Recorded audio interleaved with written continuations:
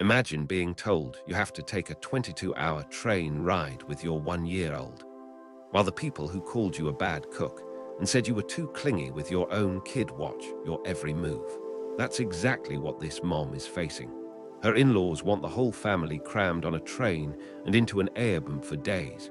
But here's the thing, there's a flight that takes under 2 hours, so she tells her husband she wants to fly instead. And his response, he says she's being snobbish. This is from Reddit's Am I the A-hole? And honestly, it gets wild.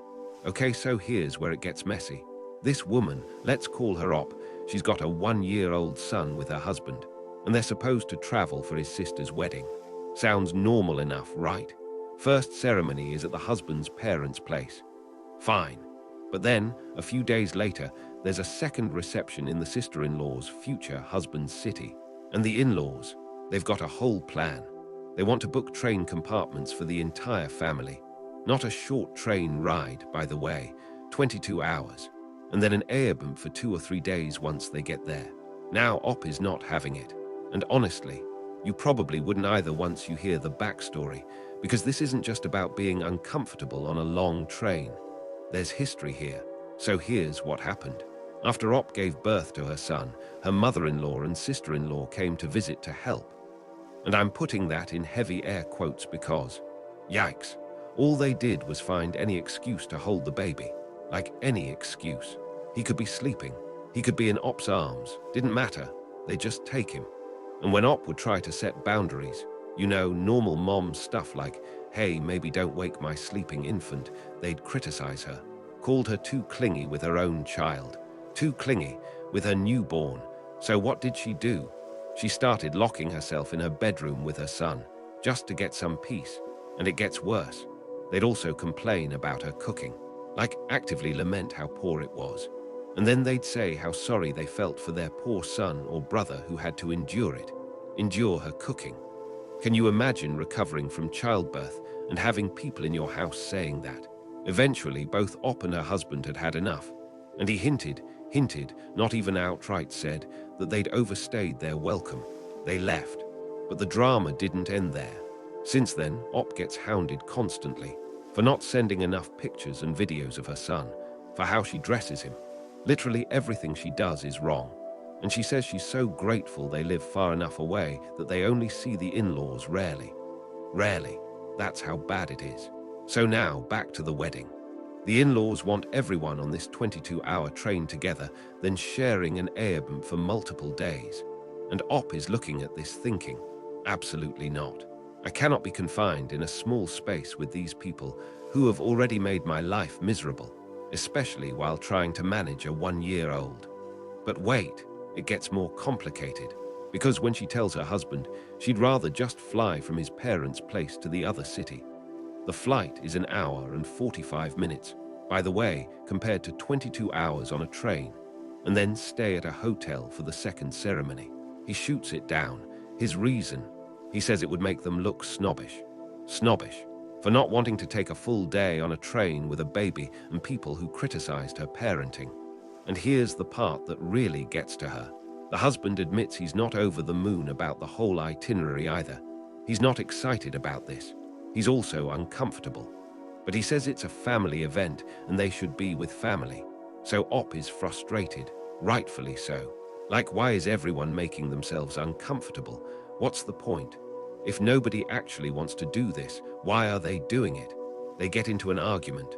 The whole thing about his mom and sister's visit comes back up, and she tells him straight up, "You're choosing to make me uncomfortable rather than risk your family being affronted." That's a rough thing to hear in a marriage. But also, she's not wrong. So she tells him, "I want to fly. I want to get a hotel."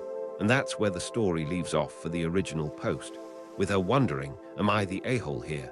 For not wanting to share accommodations with his family, for wanting to protect her sanity and her son's routine. Honestly, I don't think she is, but we've got updates, plural, because this story, it doesn't end there. So the husband's response, she tells him she wants to fly and get a hotel, and he says that would make them look snobbish. Snobbish. Because apparently not wanting to spend 22 hours on a train with a baby and your critics is some kind of elitist move. He says it's a family event, so they should be with family. But then, and this is the part that really gets me, he admits he's not over the moon about the itinerary either. He doesn't want to do this either. He's also uncomfortable. Okay, so pause there. If both of you are dreading this, why are you doing it? Who are you doing it for? She asks the same thing. Like, what's the point of everyone making themselves miserable? For what? Tradition? Avoiding a conversation? Keeping peace with people who didn't keep peace with her? So they argue, and the past comes up again. His mom, his sister, the visit from hell, the criticism, the baby grabbing, the locking herself in her room, all of it. And she tells him something that I think a lot of people in her position wish they had the guts to say. She says, "You're choosing to make me uncomfortable rather than risk your family being affronted." Oof, that's direct. But is she wrong? He's worried about hurting his parents' feelings. Meanwhile, his wife is literally stressed about being trapped with them for days. And he's not prioritizing her. He's prioritizing the appearance of being a good family member. So she asks the question, the one that brought this to Reddit in the first place. Am I the a-hole for telling my husband to book a hotel for us while we attend my sister-in-law's wedding rather than share accommodations with his family? And the community, they don't hesitate. No, op, you're not the a-hole, not even close. Here's how they see it. The family part of a wedding is the ceremonies, the actual events, the reception. That's where you're together celebrating. The train ride. That's just transportation. That's not family bonding. That's sitting in a metal tube for an entire day with people who have already made you feel like garbage. You don't owe them that. Also, and this is important, a 22-hour train ride with a 1-year-old. Let's be real. That's not a fun family adventure. That's a nightmare. 1-year-olds have routines. They have sleep schedules. They have meltdowns when things are off. And putting them on a train for nearly a full day, with people who want to pass them around and disrupt every nap. That's not being a snob. That's being a parent who actually understands what their child needs. So the initial verdict is clear. She's not wrong for wanting the flight. She's not wrong for wanting the hotel. And honestly, the fact that her husband even hesitated, that's the real problem here. All right, so the community weighs in, and they do not hold back. First comment comes from Foundation Wrong, and their advice is pretty straightforward. They say put your foot down. Point out that you, your husband, and your baby, you're a family of your own now, not an extension of his parents' household, not a subunit that has to follow whatever plan the in-laws come up with. You're your own unit, and you don't have to get enmeshed in all the passive-aggressive nonsense. The suggestion, make it a declaration, not a request. Don't ask permission. Don't say, would it be okay if we... Say, hey, we decided to give you guys more space and sort out our own accommodation. And here's the kicker, use the baby as the shield. Not in a manipulative way, but in a very real way. Say Junior can be cranky and you don't want to spoil their peace. Say we'll see you all at the functions. That's it. Firm, polite, done. And Op responds to this. She says this would be a really good way to put it. But she also admits, and this is honest, knowing her in-laws, they'll probably still feel insulted. Still, even with the most gentle, face-saving explanation, they'll find a way to be offended. But she says she'll tell her husband this is how they should frame it, so she's trying. Next up is Shaggy Maggie Loves Pat. And honestly, this person might be my favorite because they get creative. Their advice, use the baby as the reason, but not just any reason. Go all out, say he's teething. Say he's starting his terrible twos early. Say he's, and I quote, possessed by a demon. I mean, that's one way to get out of a train ride, right? But the serious point underneath the joke is real. A 1-year-old needs routine. They need peace and quiet to rest. And if the family is going to want to pass him around the whole time, he's going to end up overstimulated and possibly even sick. So you're not being difficult. You're protecting your kid. And you can even frame it like, we'd feel horrible if his crying ruined everyone's time. That's hard to argue with. Then we've got forever forgettable. And this person takes a harder line. They say let your husband spend time with his family if he wants. But you, make the flight and hotel arrangements for yourself and your son. Just go. Let them deal with the fallout. Because here's the thing, they already treat you poorly. They already criticize you. They already think whatever they want to think. So who cares if they also think you're a snob? You were never going to be good enough for their son or brother anyway. Why bother trying to keep the peace when they never cared about keeping peace with you? And this commenter points out something that really stings.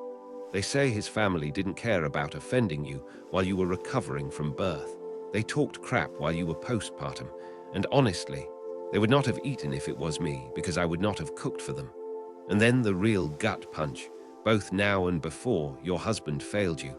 Ouch. But a lot of people in the comments seem to agree. Op responds to this one too.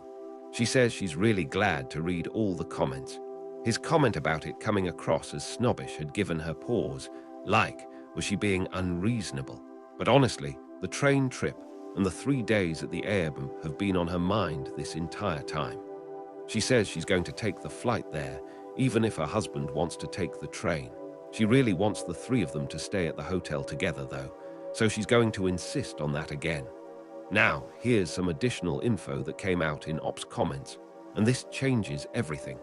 The train ride, 22 hours. The flight, 1 hour and 45 minutes. Let that sink in. 22 hours versus under 2 hours. That's not even a debate. That's not a preference. That's sanity versus absolute chaos with a 1-year-old. She says just thinking about that 22-hour train ride is stressing her out. And I don't blame her. I wouldn't want to do that alone, let alone with a baby and in-laws who don't respect boundaries. Also, her son is the first grandchild on both sides of the family.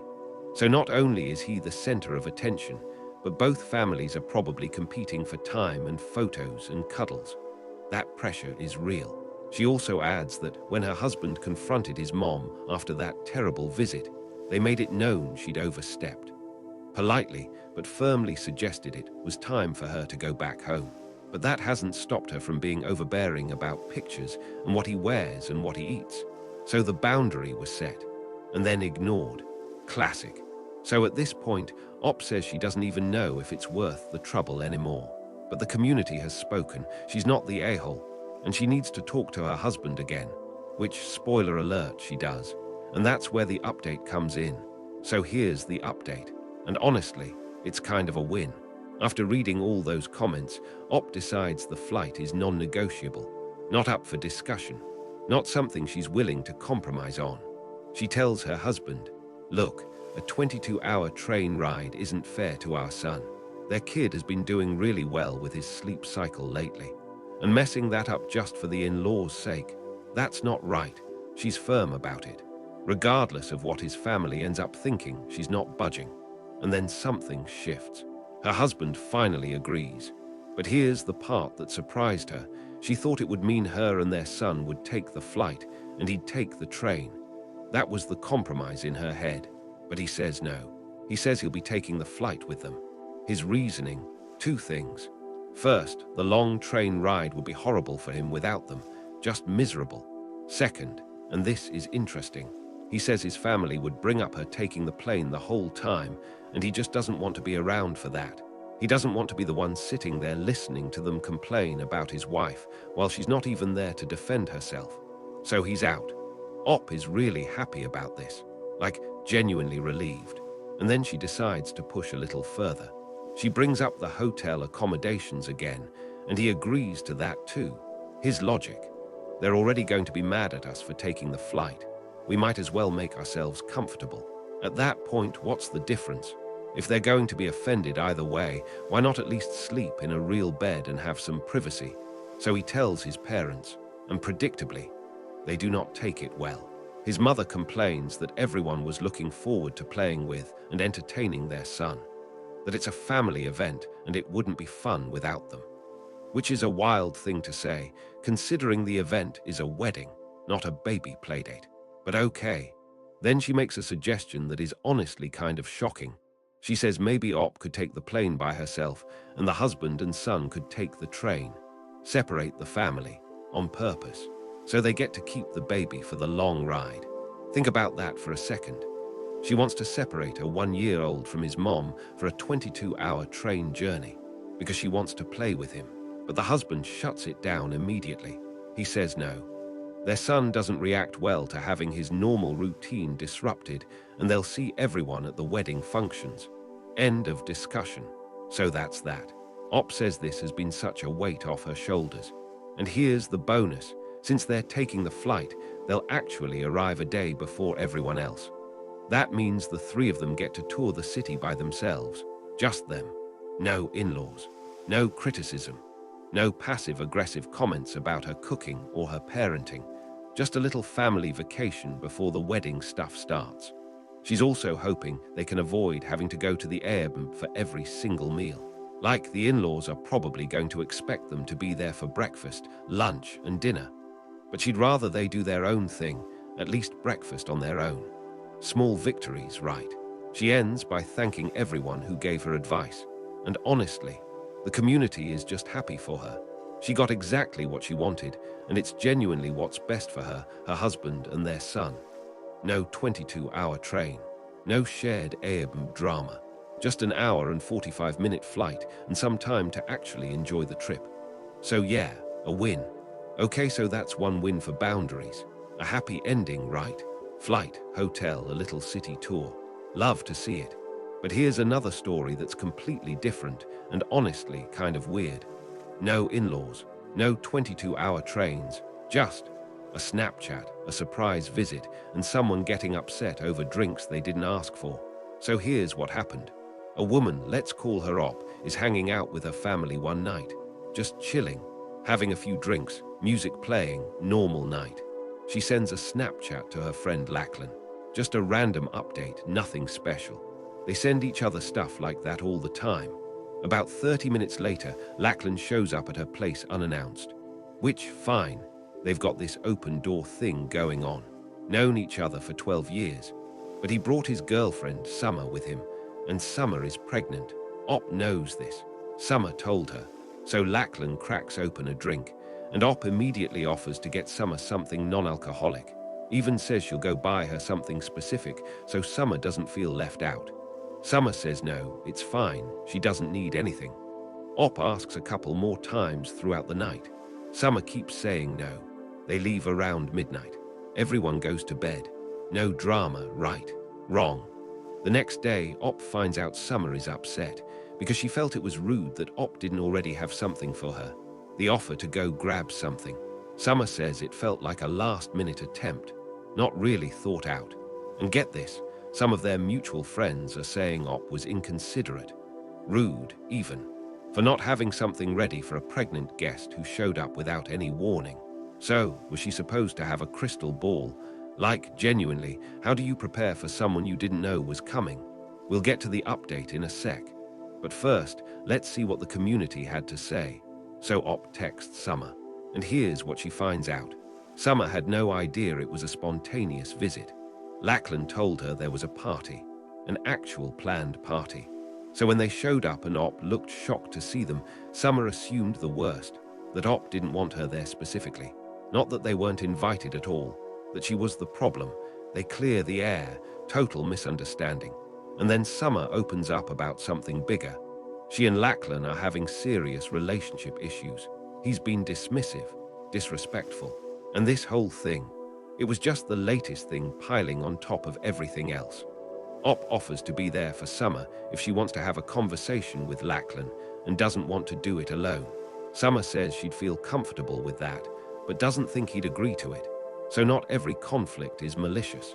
Sometimes it's just bad communication and a guy who didn't tell his girlfriend the whole truth. Look, if you made it this far, you clearly enjoy messy real-life situations and seeing how they turn out. I've got more stories like these, some with happy endings, some where people definitely stay the a-hole. So if you want to hang out for more, maybe hit that subscribe button. And yeah, a like would be cool too. Either way, thanks for watching. Catch you in the next one.